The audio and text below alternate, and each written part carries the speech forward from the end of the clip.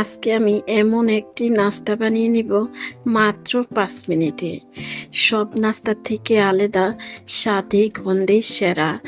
এমনই ভিন্নভাবে ভিন্ন স্বাদের এই নাস্তাটি কিভাবে তৈরি করে নিলাম, তাহলে সবাই ভিডিওটা শেষ পর্যন্ত দেখে যাবেন।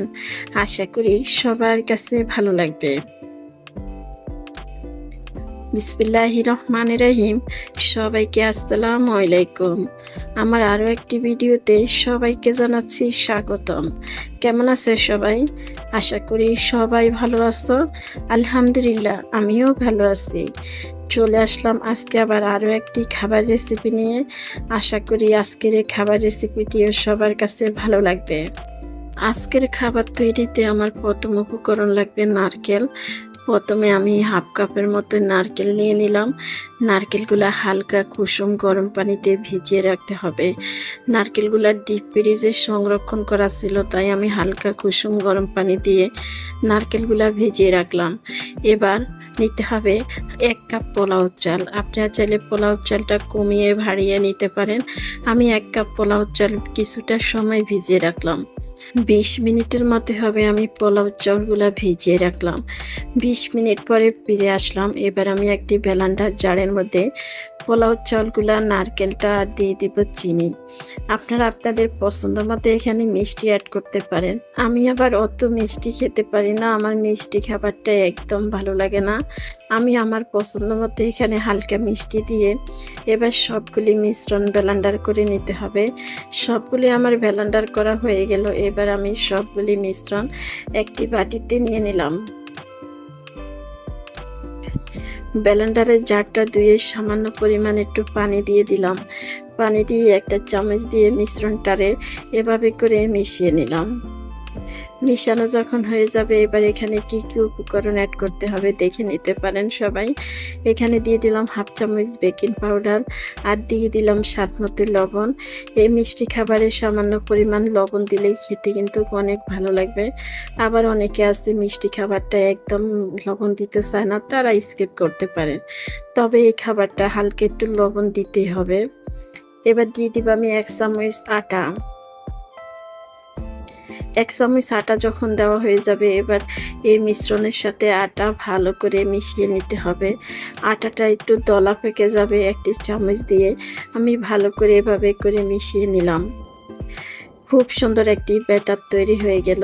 ঠিক এভাবে করে একটি মিশ্রণ তৈরি করে নিতে হবে। এই মিশ্রণটা একটু পাতলা করে তৈরি করতে হবে, একদম ঘন করা যাবে না।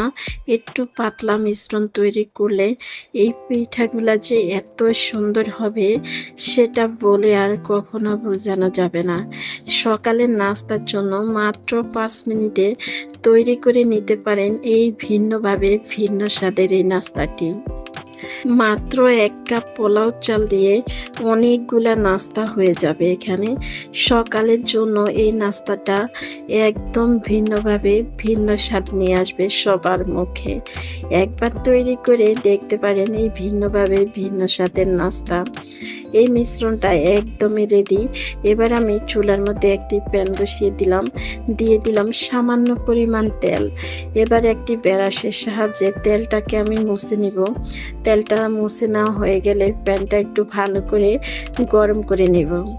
ভালো করে যখন গরম হয়ে যাবে, এবার মিশ্রণটা আমি নারকেল আর পোলাও চালের এই মিশ্রণটাকে ভালো করে একটু মিশিয়ে নিলাম। মিশানো যখন হয়ে যাবে, একটি চামচ দিয়ে দিতে পারেন। একে মাপে দিলে সবগুলি একে সমান হবে, দেখতে কিন্তু অনেক সুন্দর হবে। আর দেওয়ার সাথে সাথে অসংখ্য জালিদার পিঠাগুলা তৈরি হয়ে যাবে। একদম ভিন্নভাবে এই ভিন্ন স্বাদের নাস্তা একদমই রেডি। সকালবেলা নাস্তা বেলার ঝামেলা ছাড়া মাত্র ৫ মিনিটে তৈরি করে নিতে পারেন ভিন্নভাবে ভিন্ন স্বাদের এই নাস্তা। এই নাস্তাগুলো খাওয়ার জন্য সাথে আর কোনো কিছুর প্রয়োজন হবে না। এভাবে খেয়ে নিতে পারবেন নাস্তাগুলা। আর বাচ্চাদের টিফিনে দিতে পারেন। বাচ্চারা কিন্তু হালকা মিষ্টি খেতে অনেক পছন্দ করে, তাই বাচ্চাদের টিফিনে দিতে পারেন। বাচ্চারাও কিন্তু অনেক পছন্দ করবে এই নাস্তাগুলা। খুবই অল্প সময় অনেকগুলা নাস্তা তৈরি হয়ে যায়। নাস্তাগুলা তৈরি করতে একদম ঝামেলা হয় না।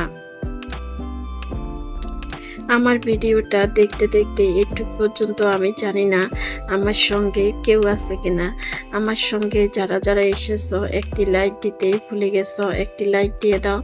আর এরকম নিত্য নতুন সহজ সহজ খাবার রেসিপি পেতে এখনও যারা আমার চ্যানেলটাই সাবস্ক্রাইব করোনি, আমার চ্যানেলটা সাবস্ক্রাইব করে রাখতে পারো। আমি যখন যে ভিডিও ছাড়ি না কেন সবার কাছে নোটিফিকেশন চলে যাবে। সময় সুযোগ বুঝে আমার ভিডিওগুলা দেখে নিতে পারো।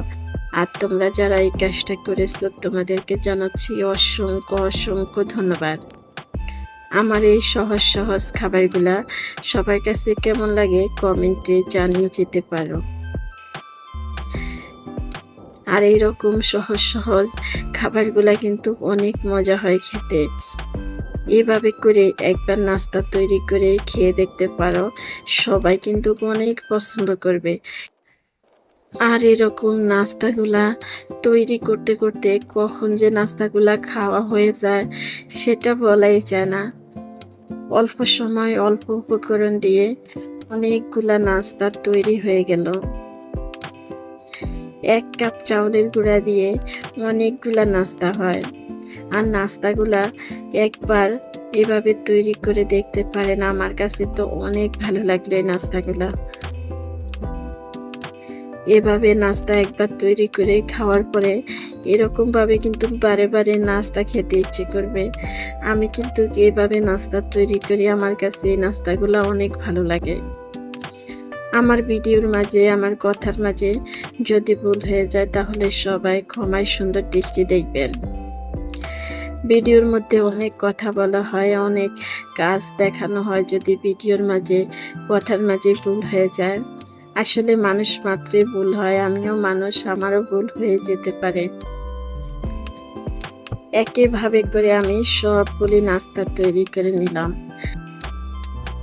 আজকের এই সহজ নাস্তা রেসিপি সবার কাছে কেমন লাগলো কমেন্টের মধ্যে আমাকে জানিয়ে যেতে পারেন। লাইক দিতে ভুলে গেছেন যারা, একটি লাইক দিয়ে দিবেন। আর এরকম নাস্তাগুলা একবার তৈরি করে খেয়ে দেখতে পারেন। খাওয়ার পরে আমাকে জানাইতে পারেন আপনাদের কাছে কেমন লাগলো। আজকের মধ্যে তাহলে আমি এখানেই বিদায় নিলাম। আপনারা সবাই ভালো থাকবেন, সুস্থ থাকবেন। সবাই সবার জন্য দোয়া করবেন। আল্লাহ যেন সবাইকে ভালো রাখে, সুস্থ রাখে, নিরাপদে রাখে। এই দোয়াই রইল সবার জন্য।